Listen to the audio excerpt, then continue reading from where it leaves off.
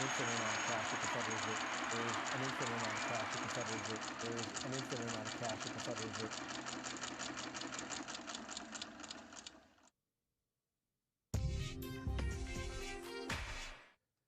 Good morning, Bitcoin. Today is Saturday, June 6th, 2020. My name is Thomas Hunt, and this is the World Crypto Network.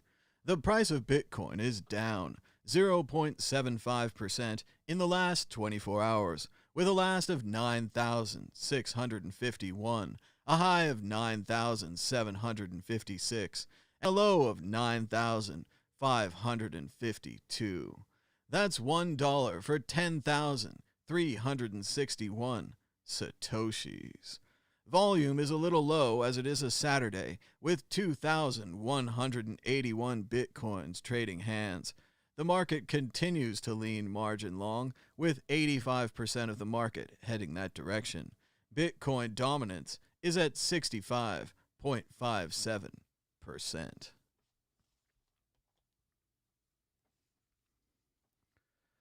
I spent about 2 hours in the bar, drinking Bloody Marys for the V8 nutritional content and watching the flights from LA. I'd eaten nothing but grapefruit for about 24 hours, and my head was adrift from its moorings. You better watch yourself, I thought. There are limits to what the human body can endure. You don't want to break down and start bleeding from the ears right here in the terminal. Not in this town. In Las Vegas, they kill the weak and deranged. I realized this and kept quiet, even when I felt symptoms of a terminal blood sweat coming on. But this passed. I saw the cocktail waitress getting nervous, so I forced myself to get up and walk swiftly out of the bar. No sign of my attorney. Down to the VIP car rental booth where I traded the Red Shark for a white Cadillac convertible. This goddamn Chevy has caused me a lot of trouble, I told them. I get the feeling that people are putting me down, especially in gas stations, when I have to get out and open the hood manually. Well, of course, said the man behind the desk. What you need, I think, is one of our Mercedes 600 Town Cruiser specials with air conditioning. You can even carry your own fuel if you want. We make that available. Do I look like a goddamn Nazi? I said. I'll have a natural American car, or nothing at all. They called up the white Coupe de Ville at once. Everything was automatic. I could sit in the red leather driver's seat and make every inch of the car jump by touching the proper buttons. It was a wonderful machine. 10 grand worth of gimmicks and high-priced special effects.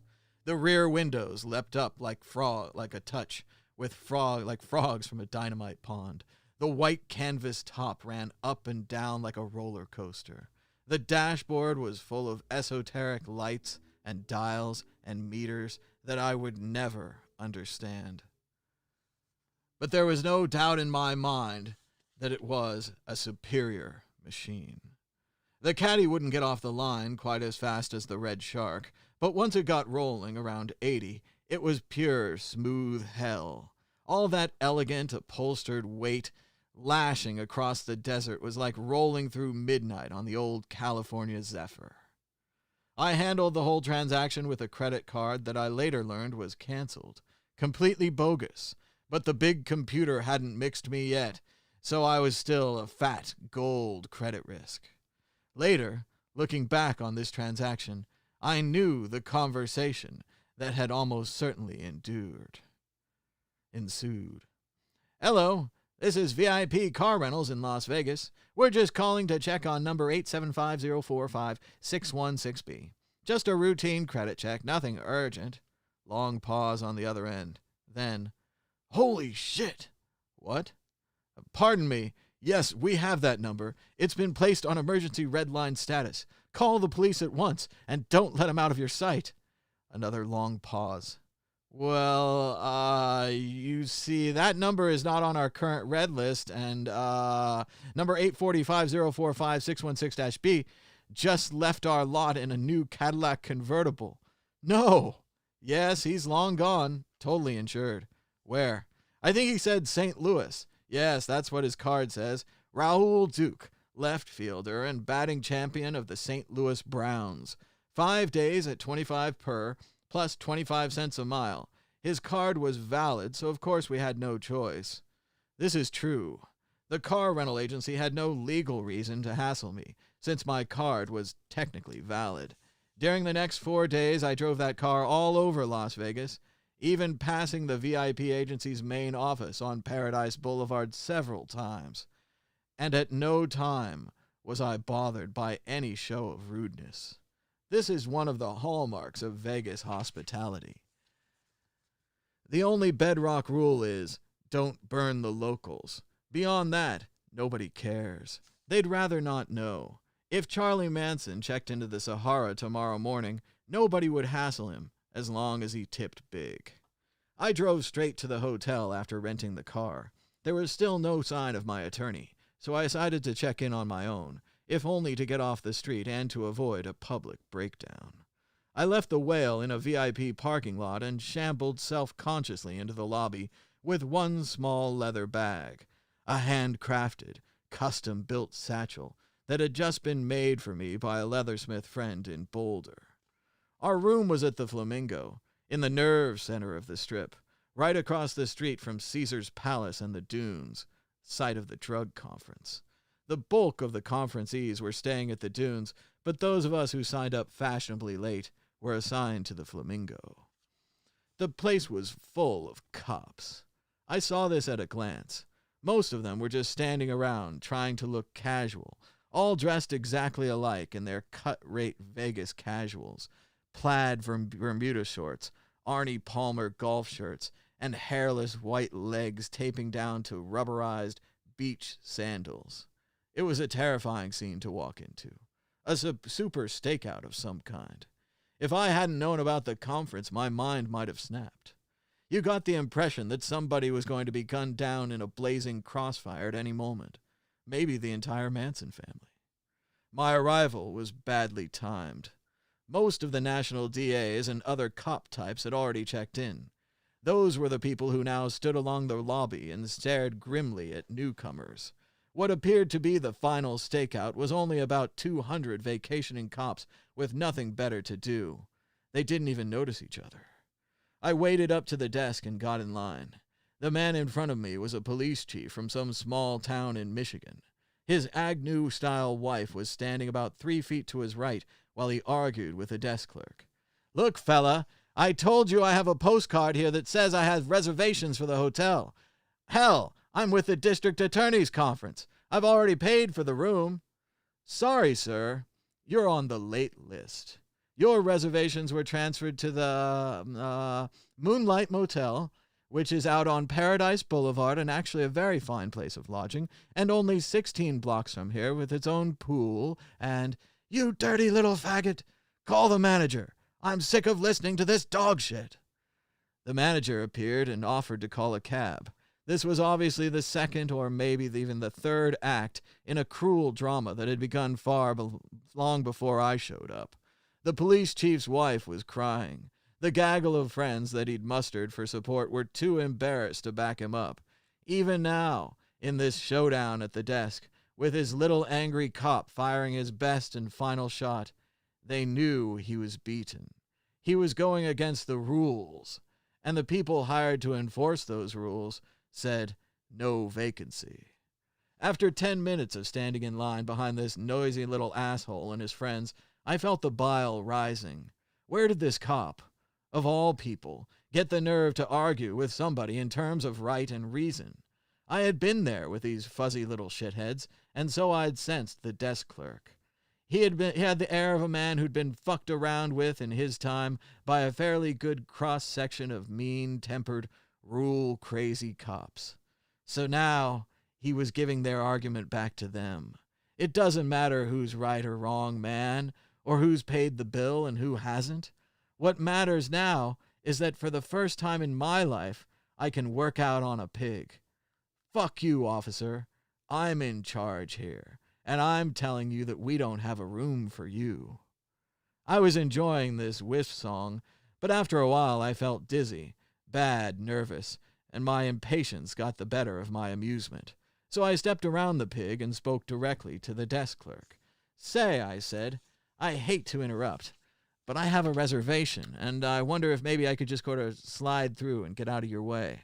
I smiled, letting him know that I'd been digging his snake bully act on the cop party that was now standing there, psychologically off balance, and staring at me like I was some kind of water rat crawling up to the desk. I looked pretty bad, wearing old Levi's and white Chuck Taylor All-Star basketball sneakers, and my 10-peso Acapulco shirt that had long since come apart at the shoulder seams from all that road wind. My beard was about 3 days old, bordering on standard wino trim, and my eyes were totally hidden by Sandy Bull's Saigon mirror shades. But my voice had the tone of a man who knows he has a reservation. I was gambling on my attorney's foresight, but I couldn't pass a chance to put the horn into a cop. And I was right. The reservation was in my attorney's name. The desk clerk hit his bell to summon the bag boy.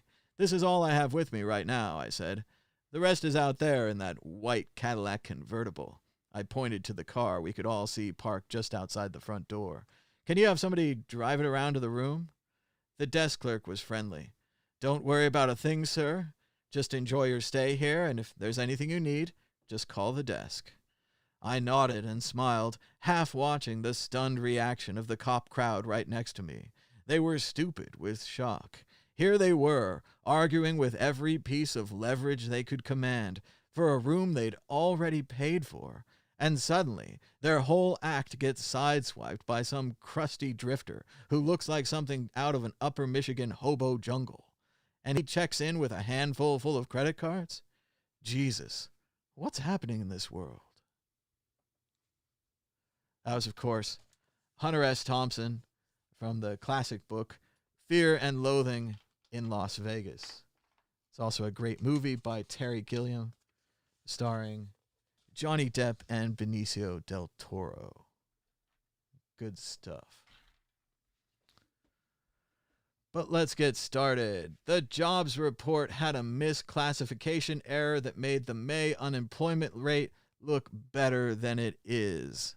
Here's what happened. Blah, blah, blah, blah, blah, blah.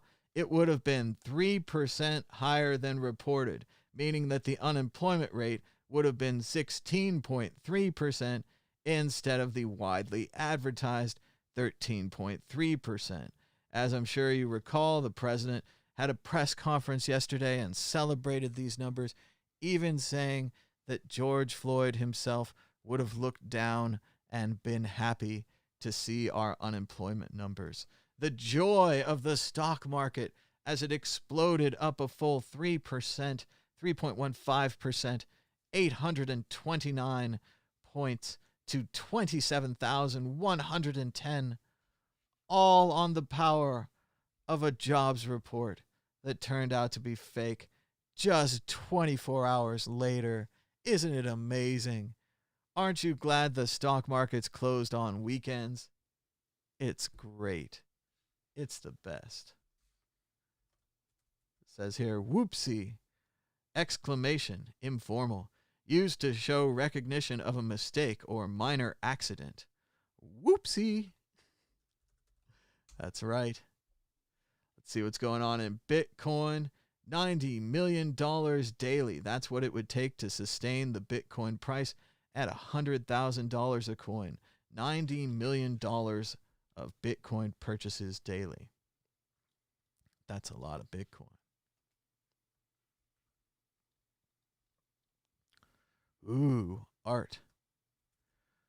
1 million Bitcoin will force JP Morgan to Wyoming for safety. Interesting. Caitlin Long is expecting company out there in the middle of nowhere. She said on the Kaiser report that in the future, Bitcoin may cost $1 million, which will bring new forms of legal problems for owners and financial institutions. There are people now finally starting to put leads on Bitcoin because Bitcoin is being lent out, and that's what lenders do. They put leads on collateral, she said. Oh, finally somebody with me. We're skating to where the puck is going to be and thinking about where the attack vectors are going to come from. And I guess one of them could be that if Bitcoin costs $1 million, guess what? Now, all of a sudden plaintiffs' attorneys start coming after everybody and saying, hey, you bought a Bitcoin that somebody had a lead against, and now it's mine, and they try to take it away from you. I especially like her use of the Wayne Gretzky quote here, that you should skate to where the puck is going to be, not to where the puck was. Classic Gretzky quote. Sounds like interesting stuff going on in Wyoming. I don't know. What do you think? Ranch house, Wyoming? Out on the country? Watching the sunset? Sounds kind of boring, but with all this shit going on, it also sounds kind of nice, right? I don't know. Wyoming, huh? I have to look at it. And now, let's do the price one more time before we do the news. The price of Bitcoin was down 0.69% in the last 24 hours, with a last of 9,659, a high of 9,756, and a low of 9,552. Volume's a little low as it's a weekday with 2,071 Bitcoins trading hands. For $1, you can get 10,352 Satoshis. The market continues to lean margin long, with 85% of the market heading that direction. Bitcoin dominance is at 65.55%. And now, the news. Hopefully there's less today, right? It's a weekend and everything.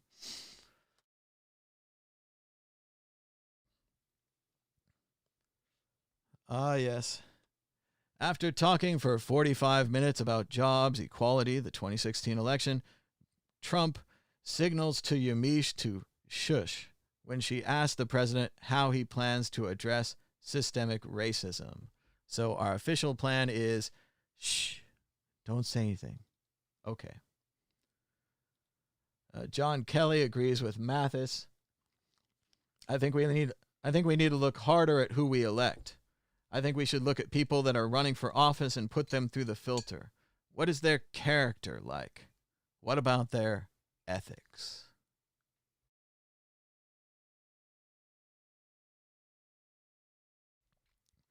And it's great to see all this questioning and everything. Now that it's way too late.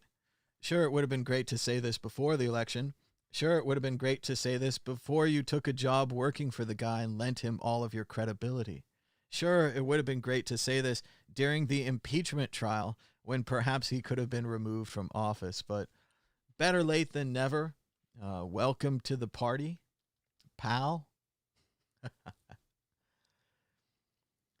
We keep going back and forth on this quartering issue. Defense Secretary Esper has changed his mind yet again, giving the order for all active duty troops brought into the capital region to return to their home bases. Certainly you all remember yesterday when we celebrated for perhaps the second time in America's history. The Third Amendment had been evoked, the right of the people not to quarter soldiers in their homes or businesses. The Quartering Act, finally some protection from quartering. Yes, I even tweeted it again. Third Amendment works. No quartering. Oh, yes. Remember yesterday when they thought the unemployment rate went down? That was like when they said that the virus rate was going down.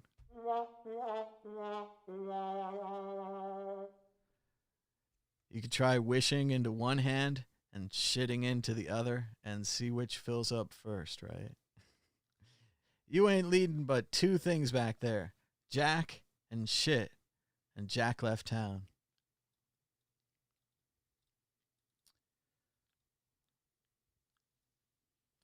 Peter Todd writes, it's good to put numbers on this stuff. The phrase is, a few bad apples spoil the bunch, because it's self-reinforcing. Who but a shitty person would want to be a cop these days? At some point, the right thing to do is fire them all and reset. We're probably at that point.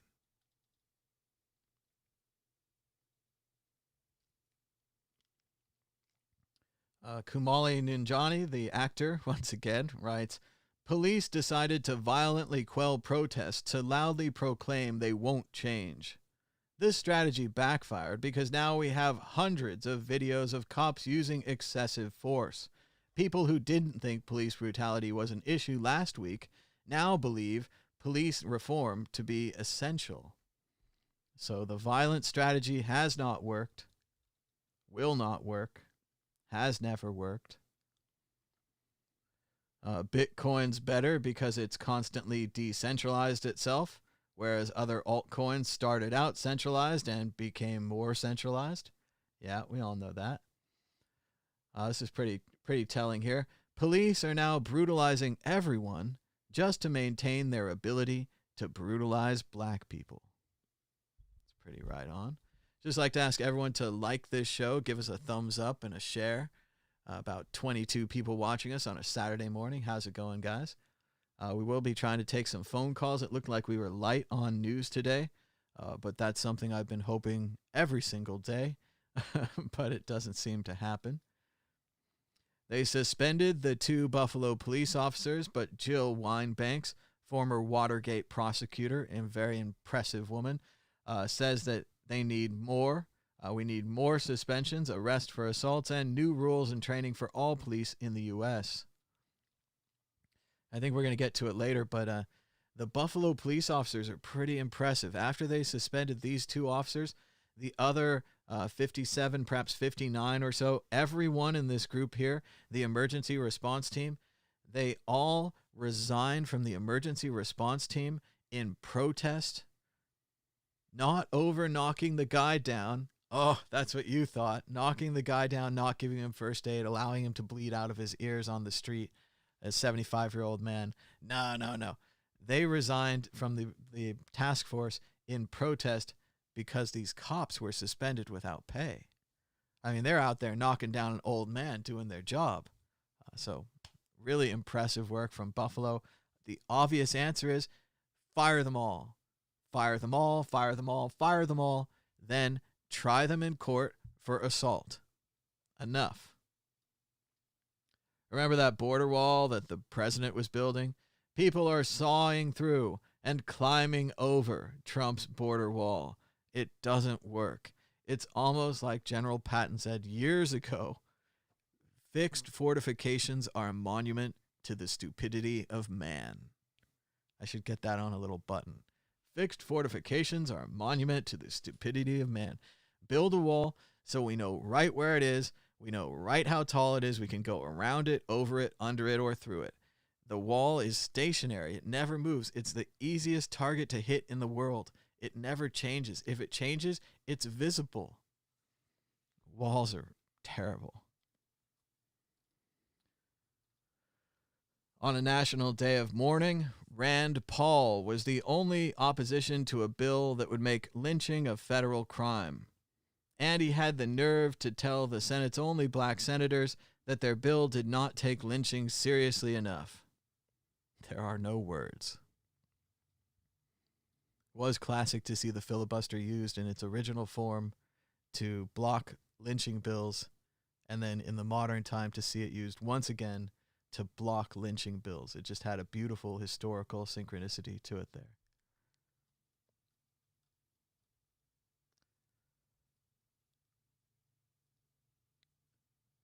It's a bunch of people with guns gathering outside of gun stores.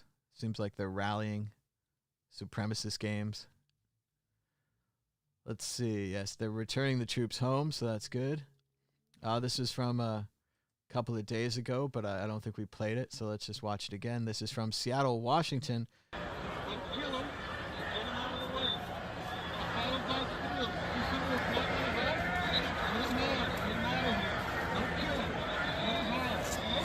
Don't kill him.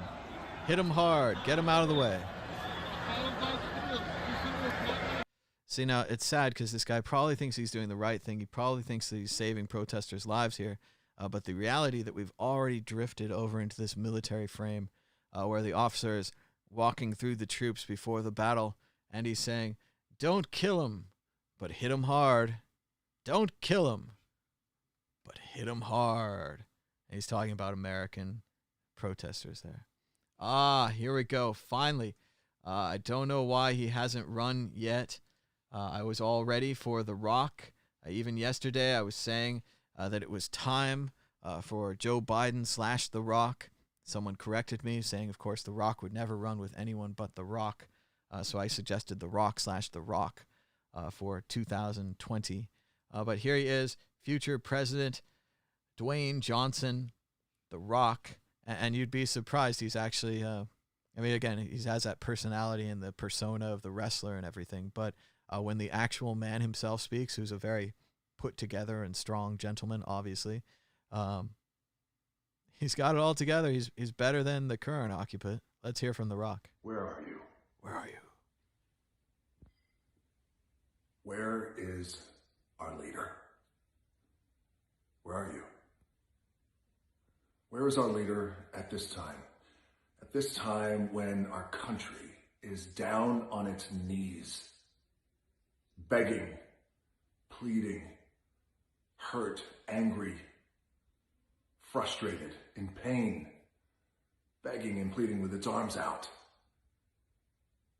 just wanting to be heard, begging and pleading and praying for change. Where are you? Where is our compassionate leader who's going to step up to our country, who's down on its knees and extend a hand and say, you stand up. Stand up with me. Stand up with me because I got you. I got you. I got you. I hear you. I'm listening to you. And you have my word that I'm going to do everything in my power and until my dying day, my last breath, to do everything I can to create the change that is needed to normalize equality because Black lives matter. Where are you? It's that same compassionate leader who has to come back and readdress the country, to give important context, to give important perspective on the comments that were just made. Of course, all lives matter. Every single one. All lives matter because we, as Americans, we believe in inclusivity. We believe in acceptance. We believe in human rights.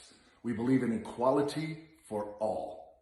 That's what we believe in. So, of course, all lives matter. But in this moment right now, this defining, pivotal, explosive moment where our country is down on its knees, the floorboards of our country are becoming unhinged. In this moment, we must say the words, Black lives matter.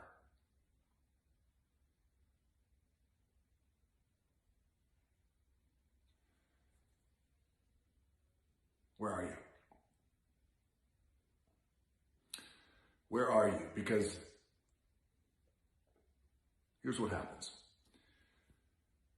When you extend a hand and you reach out to Americans who are in pain,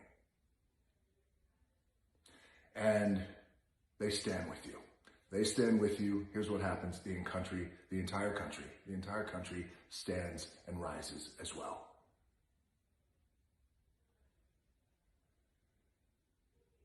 There is military force that has been deployed on our own people. Looters, yes. Criminals, absolutely. But our protesters who are begging and pleading, our protesters who are in pain,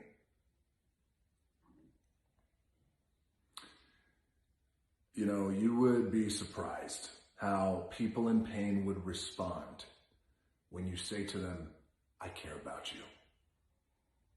When you say to them, I'm listening to you. You'd be surprised how people would respond, how Americans would respond.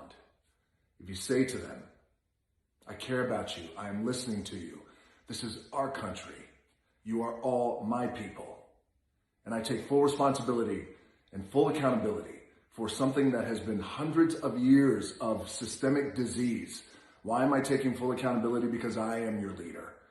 I'm your leader, and I'm going to do everything I can to make this right. And I'll tell you what, You give me some trust.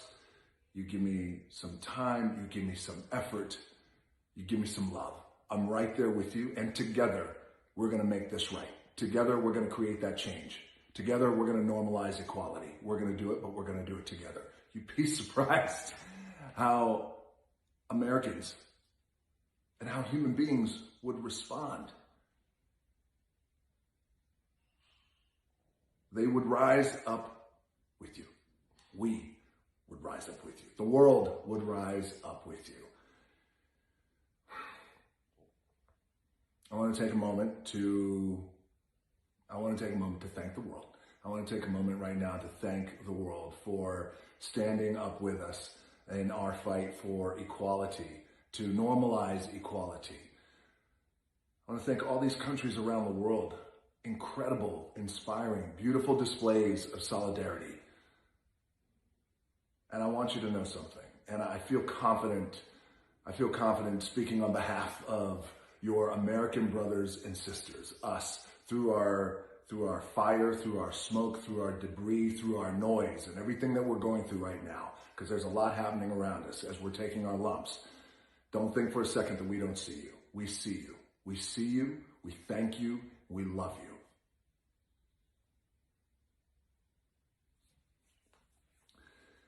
Look, I am like the majority of Americans. I'm not a politician, and I've never clearly been elected to office, and I am not the president of the United States. But I am a man and I am a father who cares so deeply about my family, about my children, and the world that they will live in. I care so deeply about our country and every single person in it. That's who I am. I am a man who is frustrated. I'm disappointed. I'm angry. But I'm also doing my best to stay focused and as calm as I could possibly be in the pocket to make the best decisions for my family and make the best decisions for our country. So as we continue to wait for that leader to emerge, as we continue to wait for that leader to emerge, I would recommend to all of you that we must become the leaders we're looking for. We become our own leaders because we're doing it now. We're doing it now. We must become the leaders we are looking for. And I'll ask it one more time. Where are you? Where is that compassionate leader who steps up and takes accountability for his country and all of the people in our country? Where are you? Because I'll tell you what, we're here. We're all here. We are all here.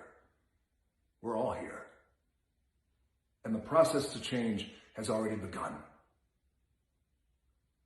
The process to change has already begun. You can feel it. You can feel it. You can feel it. You can feel it across our country. Change is happening. It's going to take time. We're going to get beat up. We're going to take our lumps. It's going to be blood. But the process of change has already begun.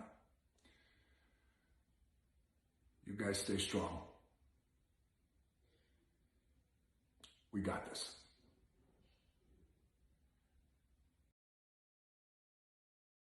All right. President The Rock. Black Lives Matter. Good stuff. Really strong speech. Stronger at the beginning than the end. But still, I like what he had to say.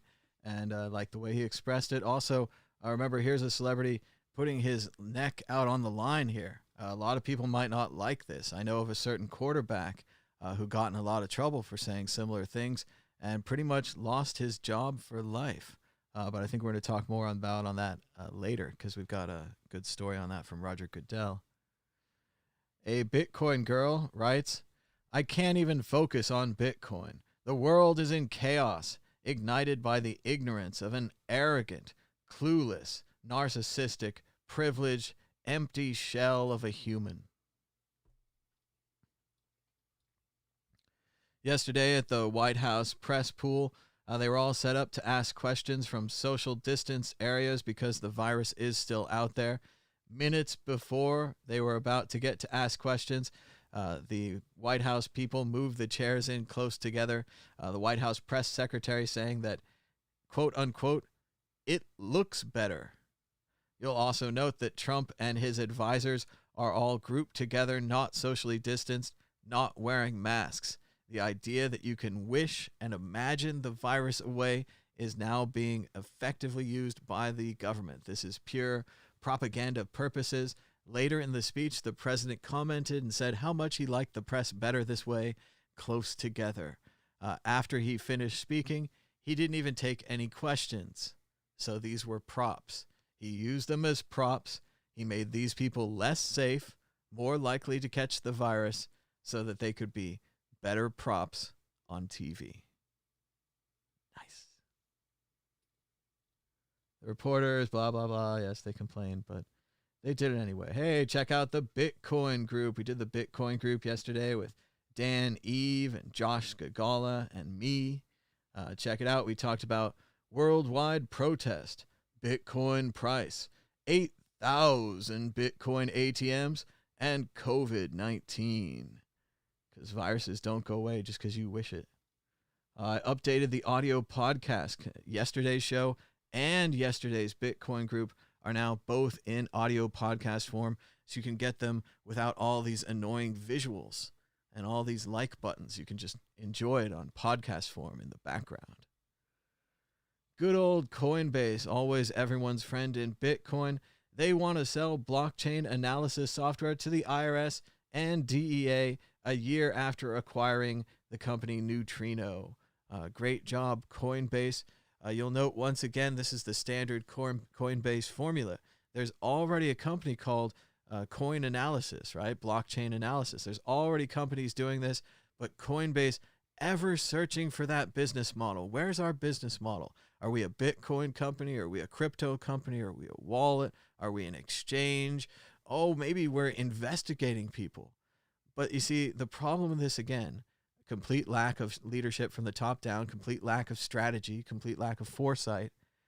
It's going to piss off all your users. None of your users want to keep their funds at a company that's actively supporting and trying to get them in trouble with the IRS and the DEA.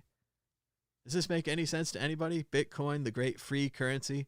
Brian Armstrong allegedly likes Bitcoin, sets up Coinbase, makes all this money, gets an awesome office, tons of money, and then just hates on Bitcoin forever, tries to destroy it in every way possible.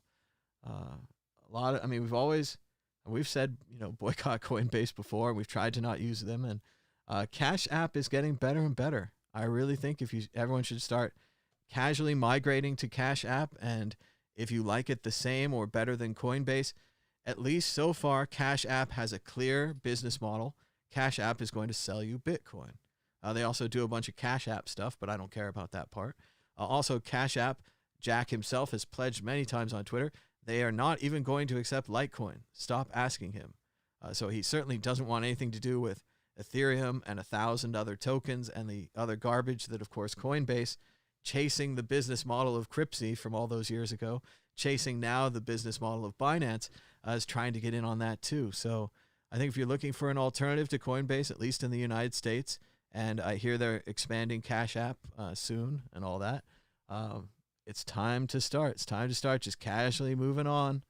I mean, I know they're big and they tried to help Bitcoin, but I don't know about what they're doing now. The black community knew that police brutality was out of control, but to be honest, Christopher Bouzet never thought that he would see cops assaulting senior citizens and journalists in broad daylight. Yes, it has gotten much worse. But a good reminder of that this was coming was earlier in the Trump administration, people who attended KKK rallies, i.e. anti-minority people, racist people, they stopped wearing their hoods. Previously, you'd wear the hood to the KKK rally. You'd be like, we need to hide our racism because it's bad. But then when Trump was elected, they felt so good about their racism that they could all take their hats off. And then now we're seeing it in public as the police just smash people and take their nice hats off. Zach Voyle writes, I've defended Coinbase on here more than once, but lately maintaining that position is getting really hard. You're selling customer data to the feds. Your platform crashes from any 5% move. What's the upside for your customers?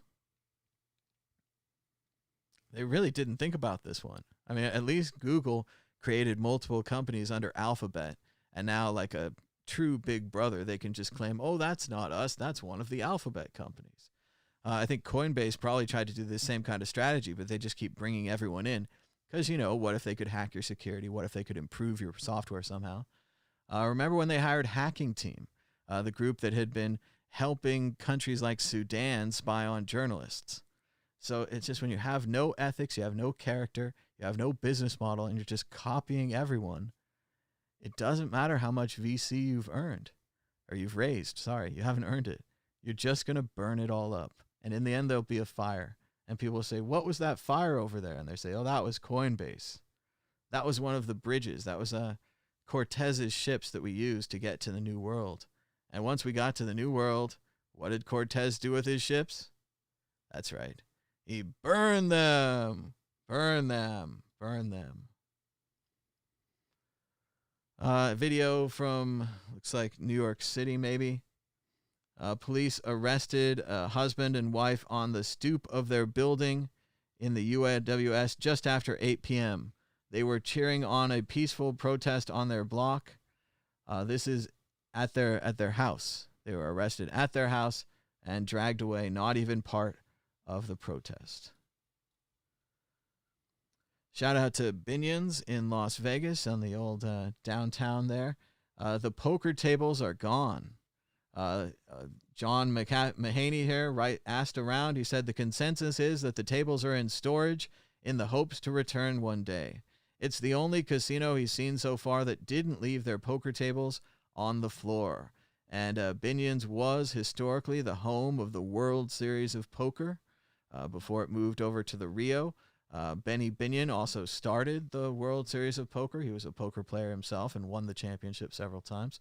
And this is actually where Tone Vay's poker convention or poker conference or whatever tournament was held just it seems not that long ago, but it was in February at the Bitcoin conference there. So it might have been the last poker tournament ever played there.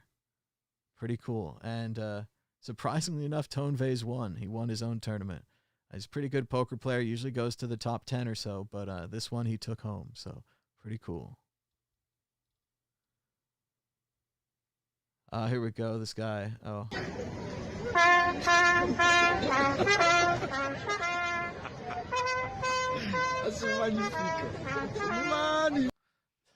That was pretty cool. Making fun of the police with the Imperial March. Can you smell what the Rock is cooking?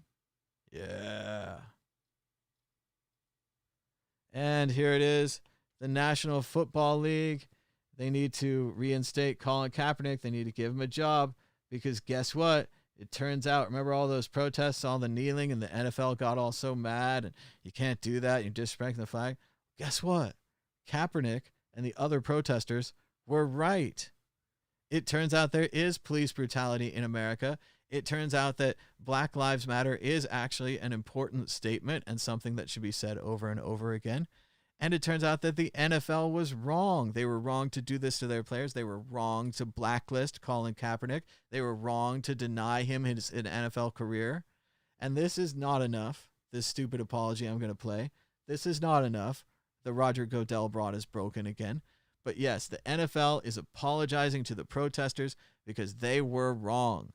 That means that kneeling at a football game when these football players who are celebrities, who are rich people, took their privilege and tried to use it for good, right? They tried to do what the bands in the 80s and the 90s did, trying to warn us about environmentalism and global warming and the destruction of the environment. They tried to use their celebrity for good. And what did the NFL do? They attacked them. The Dallas Cowboys coach kept his whole team in the locker room. They moved the anthem around. They wouldn't allow him to kneel. They tried to fine them. They had a whole big issue about this, and guess what? They were wrong. It has been. Well, it's something. It's a start. Very strange choices there. They shot him slightly from above. It's not very high quality video. He's not wearing a suit. He's wearing casual clothes, and he kind of looks like he's been taken hostage. So not really a great presentation from the NFL, surprising considering how great they are normally at presentation, but, you know, Rona and everything. But yes, it's a step in the right direction. They were wrong. They admitted they're wrong. Let's move forward together. The NFL was wrong. Black lives do matter. And give Colin Kaepernick a job. You owe Colin Kaepernick 6 years of football playing money and all the fun he would have had. So it's not right. I thought this was from a couple of days ago, but people are really upset. I think they found out that it's a 15-year-old girl. She kneels, motionless, blinded, threatening nobody, and then they kick her in the face. I don't know. I guess I'm kind of immune to this now. But I think it was from a few days ago. But everybody was all excited about it on the internet. Again, if you want to do protesting right, this is what you have to endure. You have to sit on the ground and allow them to kick you in the face, because this proves right away that they're wrong and you're right.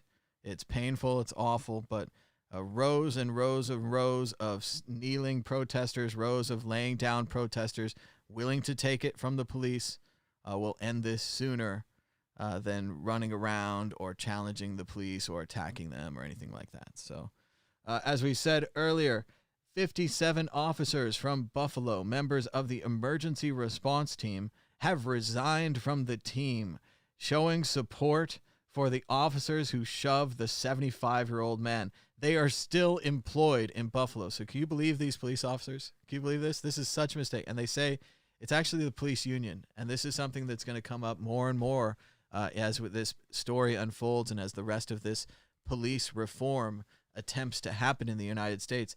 The police and fire unions in the United States are incredibly powerful. In every single local election, which are actually nonpartisan elections, usually they don't run as a Democrat or a Republican, because the issues are, you know, should we build a park? Should we build a lot of houses? Should we build less houses? These are more city-based local issues, not really Democratic, liberal, or conservative issues, but for whatever reason, they run nonpartisan. But the one thing that they all have in common is that they all take money from the police and fire unions. All of your city council and mayor candidates all take money from the police and fire unions. And guess what they want? They want more raises, more benefits, and more power for police and fire. And I don't know if you guys noticed that little thing that happened on Tuesday, but after Tuesday, somebody decided that all these people were heroes and that they needed unlimited benefits and really incredible packages and great retirement and fantastic health care and overtime. Oh, everyone should make at least twice their salary from overtime. Doesn't that happen to you? For police and fire, that's how they live their lives. That's why they have boats. The policeman's salary is relatively small. It's probably around 50 grand. But if you get overtime that makes your salary 150 grand, you could get a boat. So yes, being a cop is sweet because of the police unions, because of the fire unions. So when it comes time to try to reform these things, to say, hey, if you beat somebody up in the street, you can't be a cop anymore. The people who are going to stand up against that, not just the police, it's going to be the powerful and rich police unions. So right here, 57 officers. Despite the video, despite the fact it was played on every TV channel 1,000 times yesterday, despite the fact that the 75-year-old man was no threat to them, it seemed he was asking a question. Maybe he was being flippant. Who knows? But pushing him down was not the right answer in any case, right? They have shields and clubs, heavy machinery, guns, and yet they're pushing down a 75-year-old man. Wrong, right? Then not giving him first aid, not showing concern for his injuries. Double the wrong, right? You're not a human once. You're not a human twice. Am I just to assume that you're not a human? Because that's not good. But then All of that exists. All of that's out there. The police have the chance to watch the same TV channels we did, to see the same outrage that we saw all day long. Didn't matter what time you flipped into the channel. But 57 of them have now resigned as a show of solidarity with the man who beat and who knocked down the protester, and with the others who didn't help him. Why would they do this? It's because of the union. It's because they're all working together with the police union, and the police union made a big mistake. The police union is going to try to play this hard, right? They're trying to go point to point. You want to fight us? You want to take something from us? Suspend these 2 officers for doing their job, beating up the elderly? We're going to resign from your emergency response team. We're going to do less work for you.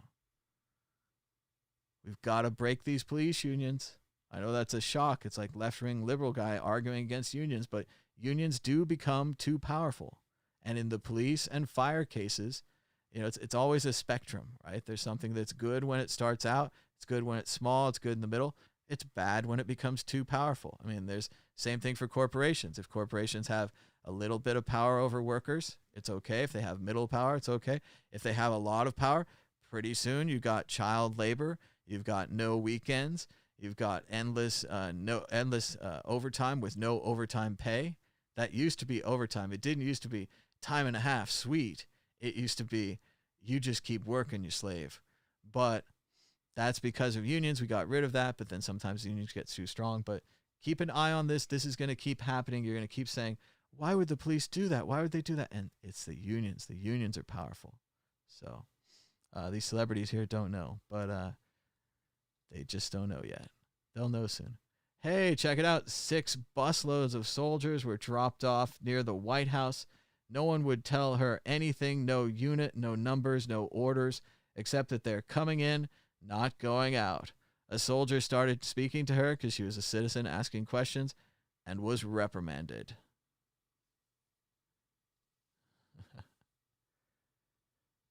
3 months ago exactly, Senate Republicans had the chance to hold Trump responsible for some of his crimes. Instead, they gave him a green light. Senators like Susan Collins said that he learned his lesson. Tell that to the families of over 109,000 dead Americans from the coronavirus and a nation in tatters.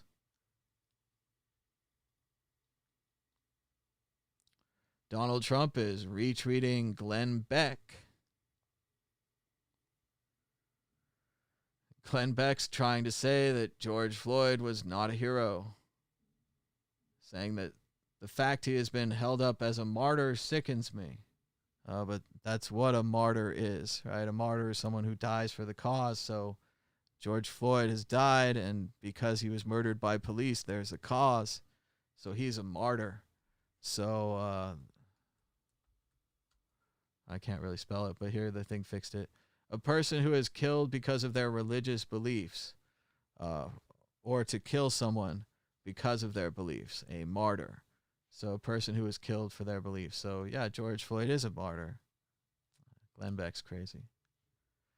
Check out Reward Portal at rewardportal.com.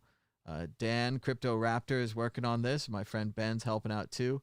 And you can earn Lightning Bitcoin. You can try out the Lightning Network at Reward Portal and earn money for taking surveys.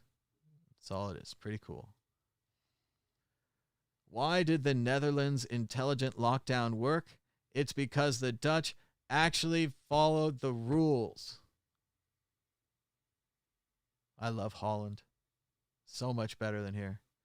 When things are important, people actually followed the rules by actually staying home and locking down properly, not like the American half lockdown. I had to go out a couple of times during the lockdown to go to like ATM or get the dog to the vet, that kind of thing. And the streets are full. There was people everywhere. They weren't wearing masks. Even yesterday, streets are full. Everything's out and about. No one's staying home. No one can actually lock down because they don't think, hey, well, how does lockdown work? If we all stayed home and the coronavirus mainly spreads from human to human transmission, so if there was no human to human meetings for 14, 16 days, the coronavirus would just leave, right? It would pretty much be gone, with the exception of people who went out or it overlapped. So by staying home, by following the rules, which is not something that people think about from the Netherlands, because there is so much freedom. There's the freedom to smoke whatever you want. There's the freedom to get other things at the shops that you can have. There's the freedom to, I don't know how to say it nicely, prostitute yourself and so on. But in addition to those freedoms come the fact that they do actually follow the rules. And you can ride your bike everywhere. It's the best. It's too hot here to ride my bike right now, but it's probably raining there, but still.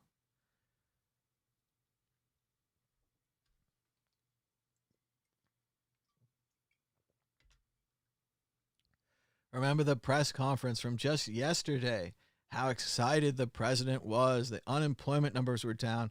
It was all smoke and mirrors, another cleverly crafted scam by a con man. The actual unemployment rate is 16.3, and everything we witnessed on Friday was nothing more than market manipulation. And I do think that's a big key. Not only is there an error in this report that was found somehow easily after releasing it for 24 hours, it's almost as if we should release these reports to fact checkers first and then write articles about them. Say, hey, thank you for your report. I'm going to read it and have it checked. Then I'm going to announce your conclusions, because otherwise, have nonsense like this. As Christopher says, you mean they got caught. The group who lied about tear gassing peaceful protesters lied about the jobs report. So it does seem like there's a trend. As George W. Bush famously said, fool me once, shame on me, fool me twice, won't get fooled again.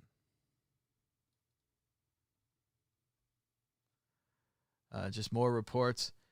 It looks like the White House rigged the job numbers yesterday, misclassifying some unemployed Americans to juke the stats. Unemployment actually went up despite Trump's lies. Trump and his loyalists will lie about anything. And I didn't believe the numbers yesterday. I didn't have any information. It was just a feeling, right? It just didn't seem right. It was Friday. Nothing in the actual economy had happened that would make me believe those numbers. But then I don't believe the stock market either. It's crazy high, and I don't know why. So keep an eye on that one. We'll see how that turns out. A federal judge in Denver has ordered the police not to use chemical weapons and projectiles against peaceful Denver protesters. The Denver Police Department has failed in its duty to police its own, Judge R. Brooke Jackson wrote in his sweeping ruling. So there are some good judges out there still. Trump finally got his wall, but it's not at the border. And, of course, the classic history lesson is a president who needs to take shelter behind fences and barriers because he feels threatened by his own citizens is not their leader. He is their prisoner.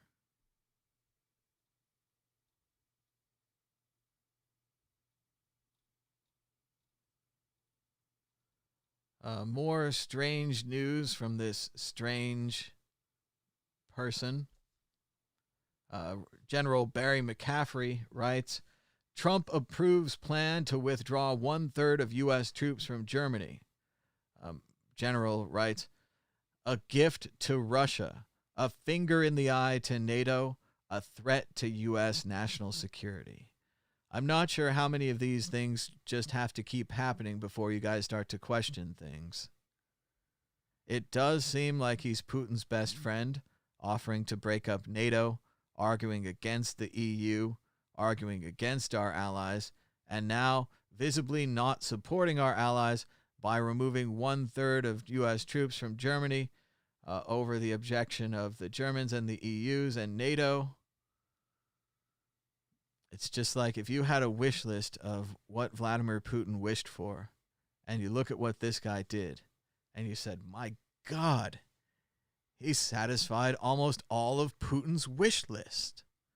Like, I'm sure it was an accident. I'm sure that he was just throwing darts randomly into space and happened to serve Russia at almost every point, almost as if he owed them money, almost as if they had inserted money into his businesses when he was going bankrupt in the 90s. Almost as if they had, what's that Russian word? Compromat.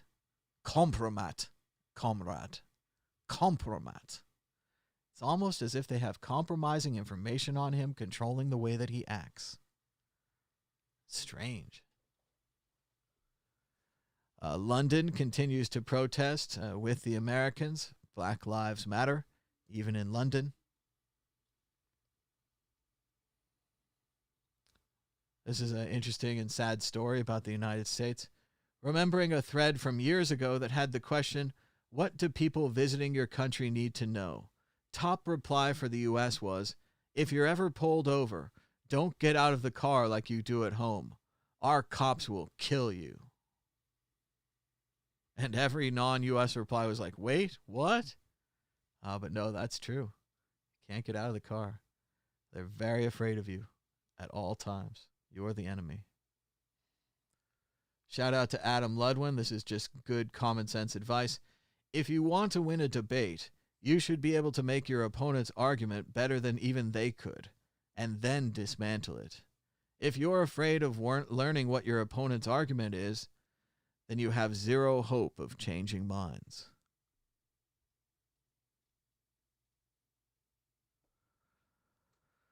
Here's a Trump supporter in McAllen, Texas, attacking people on the street with a chainsaw. Let's listen in. Go home, he says. Oh, it's running. Chainsaw is running.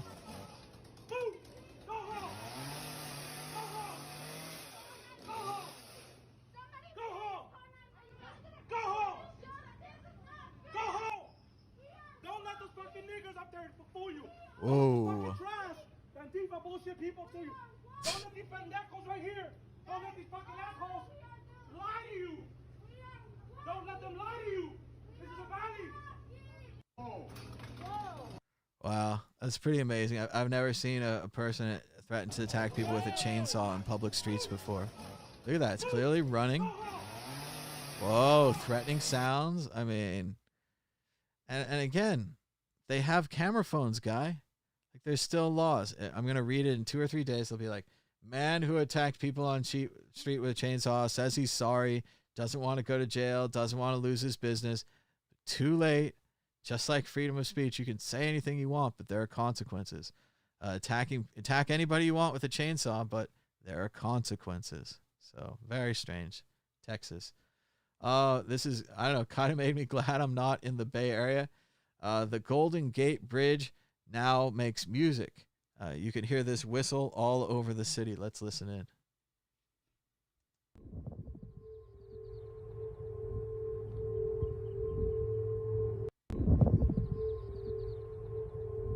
That's kind of unnerving, isn't it? Here's another one.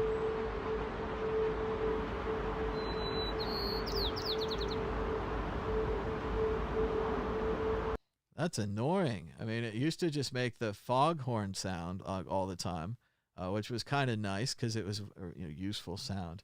But it turns out that the new bike lanes that they put on the bridge, engineers designed the new sides for the sidewalk to help with wind resistance, but didn't take into account the extreme sounds it creates when wind passes through it. The bridge sings crazy songs now. It's so trippy. It hurts the ears. And it's unbearable that it's that loud. Let's play one more. This is actually on the bridge.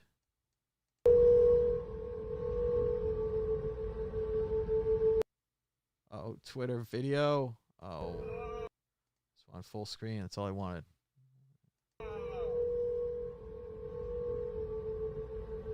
That's horrible. Ha ha ha ha.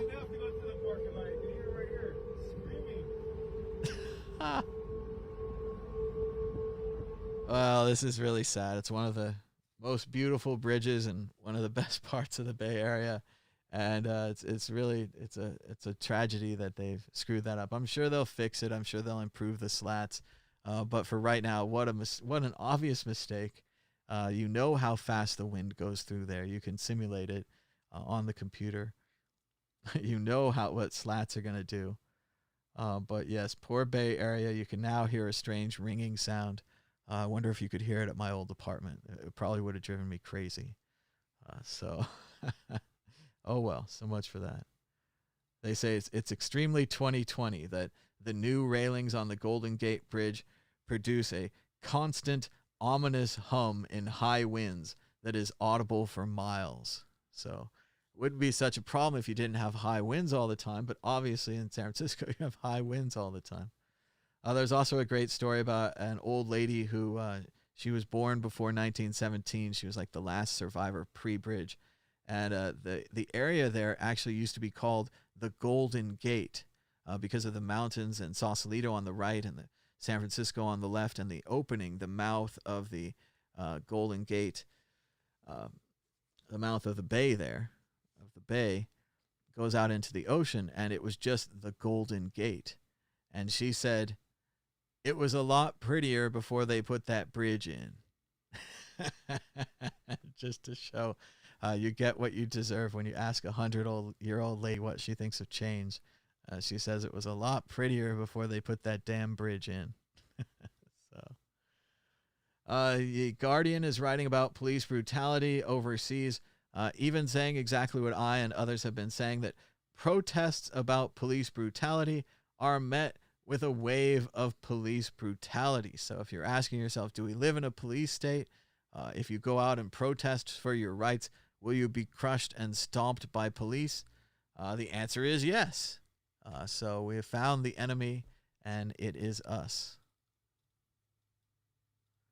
We talked about this a lot, the misclassification error that made the unemployment rate look lower than it is. Oh, wasn't that great? Ha, ha, ha.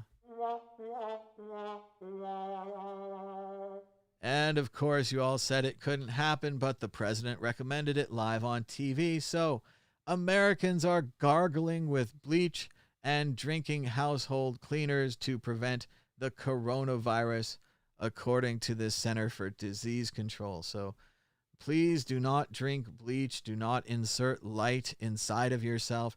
Do not gargle with disinfectants. Don't use any hydroxychloroquine from aquariums. Don't eat any dog food. I thought this was all pretty standard and self-explanatory, but apparently some people are just that suggestible. So bad news at Casino Royale, one of the smaller casinos on the Strip down by Caesars and the Link. Casino Royale has permanently removed table games. That's right, no more blackjack, roulette, or craps. It's over at Casino Royale, likely a combination of factors. The coronavirus making everything dirty. Who wants to touch cards anymore? The employees making everything cost money. And the reality that you can just put up a bunch of slot machines and slot blackjack machines and slot craps machines and slot roulette machines and just take their money without any employees at all. The future. It's the anniversary of D-Day, the Normandy invasion in France. 110,000 Americans dead from the coronavirus. The economy in the shitter. Record unemployment. Mass civil unrest. And Trump's in Maine, campaigning on the idea of using the American military to crush Americans. Just let that sink in for a little bit.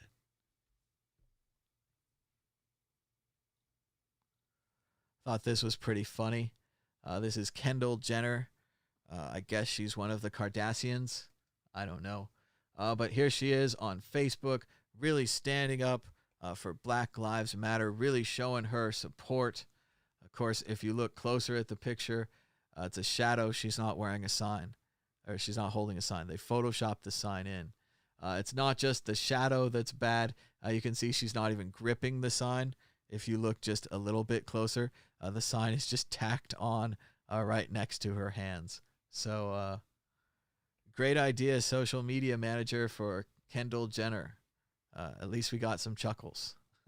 So, shout out to Elon Musk. He's writing on Twitter, selling weed literally went from major felony to essential business open during the pandemic in much of America, and yet many are still in prison. Doesn't make sense, isn't right. Damn right, Elon Musk. They should let everyone go who was involved in marijuana sales, etc., etc. All non-violent offenders should be released. Just like right now. Like, let them go. Like now.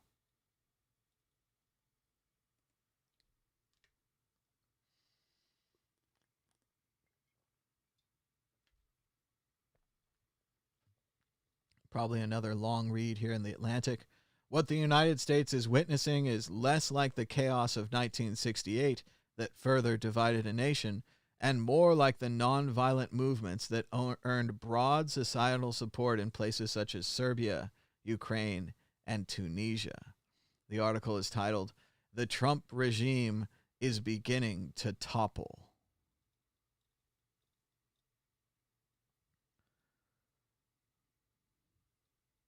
Once again, more unidentified military-esque officers in Washington, D.C. No badges, no insignias, no name tags, nothing. Refuse to tell us who they're with. In America. And again, legally, if a guy with no identification gives you an order, is it lawful? I'm not sure it would be. And what if things were like this for other jobs? Officer accused of pushing teen during protest has 71 use of force cases on file. 71 times they've been like, hey, stop beating people up. You can keep your job. Imagine Dairy Queen employee accused of shitting in the soft serve machine has 71 incidents of shitting in the soft serve machine on file. At any other job.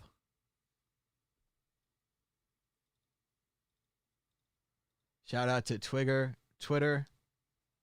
Studies are showing that they are triggering our dopamine receptors with social media. So, great work, I guess.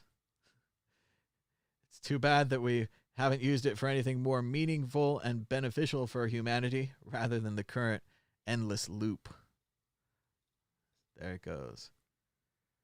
Brave browser, interesting choice, must be running out of money. Apparently, when you type into the Brave browser Binance.us, instead of going to Binance.us, you put your referral code in for Brave browser so that they can get the referral points for you using Binance. Classy. Very anti-privacy, very freedom-oriented. And remember the other day, I'm not sure I played the video because I knew this was going to happen, but this guy was attacking people who were trying to set up a little shrine for George Floyd. There were some kids. They were going to put up some flyers. He decided he didn't like it. He had a bicycle. He was a big man. Well, now it turns out that Anthony Brennan III, 60 years old, has been arrested on 3 counts of second-degree assault related to the incident in Maryland where Brennan, on tape, got off his bike and yanked George Floyd flyers from a child and assaulted 2 others per the park police. So once again, video cameras work. This guy was just a random guy on the street, thought they shouldn't be putting up flyers, thought he was the one to do something about it, went over there and grabbed those flyers, and here he is getting his mugshot in jail.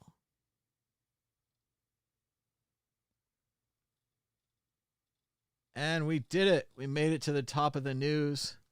Didn't even take that long, an hour and 15 minutes. We'll open it up for phone calls. If you guys would like to call in now, you can call us now on Skype at 1-518-600-1949 or on Skype at World Crypto Network, all one word. We'll try to keep this open for about 5 minutes if there's any phone calls. Otherwise, we'll head to the end of the show. It'd be nice to do a shorter show. It is Saturday. So let's see.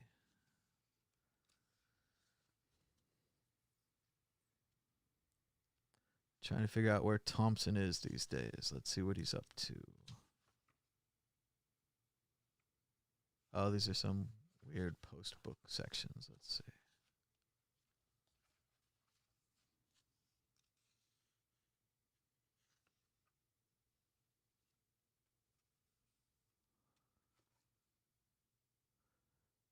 Hurry up with those drinks, said my attorney. We're thirsty. He laughed and rolled his eyes as the bartender glanced back at him.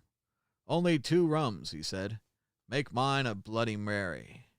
The bartender seemed to siphon, but our Georgia friend didn't notice. His mind was somewhere else. Hell, I really hate to hear this, he said quietly, because everything that happens in California seems to get down our way, sooner or later. Mostly Atlanta, but I guess that was back when the goddamn bastards were peaceful. It used to be that all we had to do was keep them under surveillance. They didn't even roam around much, he shrugged. But Jesus, now, nobody's safe. They could turn up anywhere. You're right, said my attorney. We learned that in California. You remember when Manson turned up, don't you? Right out there in the middle of Death Valley. He had a whole army of sex fiends out there. We only got our hands on a few. Most of the crew got away, just ran off across the sand dunes like big lizards. And every one of them stark naked, except for the weapons. They'll turn up somewhere pretty soon, I said. And let's hope that we'll be ready for them. The Georgia man whacked his fist on the bar. But we can't just lock ourselves in the house and be prisoners, he exclaimed. We don't even know who these people are. How do you recognize them? You can't, my attorney replied. The only way to do it is take the bull by the horns. Go to the mat with this scum. What do you mean by that? He asked. You know what I mean, said my attorney. We've done it before, and we can damn well do it again. Cut their goddamn heads off, I said. Every one of them. That's what we're doing in California. What? Sure, said my attorney. It's all on the QT, but everybody who matters is with us all the way down the line. God, I had no idea it was that bad out there, said our friend. We keep it quiet, I said. It's not the kind of thing you'd want to talk about upstairs, for instance. Not with the press around. Our man agreed. Hell no, he said. We'd never hear the goddamn end of it. Dobermans don't talk, I said. What? Sometimes it's easier just to rip out the backstraps, said my attorney. They'll fight like hell if you try to take the head without dogs. God almighty. We left him at the bar, swirling the ice in his drink and not smiling. He was worried about whether or not to tell his wife about it. She'd never understand, he muttered. You know how some women are. I nodded. My attorney was already gone, scurrying through a maze of slot machines towards the front door. I said goodbye to our friend, warning him not to say anything about what we told him. And that's about it for this show. Thanks so much for joining us. The unemployment numbers were fake, so it goes. The price of Bitcoin, turns out it went down a little bit more during the show. The price is down 1.59% in the last 24 hours, with a last of 9,596, a high of 9,756, and a low of 9,552. That's $1 for 10,420 Satoshis. Volume was a little low, but it's a weekend, with 2,082 Bitcoins changing hands. The market continues to lean margin long, with 85% of the market heading that direction. Bitcoin dominance was at 65.61%. Thanks so much for joining us. Be sure to give us a thumbs up and a share. Check out the Bitcoin group from yesterday. We had a live panel discussion. Really good stuff. Talked about all the major issues and Bitcoin. So we managed to fit everything in, and it's only like an hour. So pretty sweet. Check it out. We'll be back again tomorrow, hopefully with less news. Hopefully we'll have time to get some big books out and to get back to the regular schedule here. But as you know, the protests are continuing. Trump has offered no possible solution other than more violence and more soldiers. So we'll see how that turns out. The coronavirus is still out there. Everyone's ignoring it and pretending that it didn't happen. But we'll see how that works out too. As they say, you can shit into one hand and wish into the other and see which hand fills up first. Until next time, bye.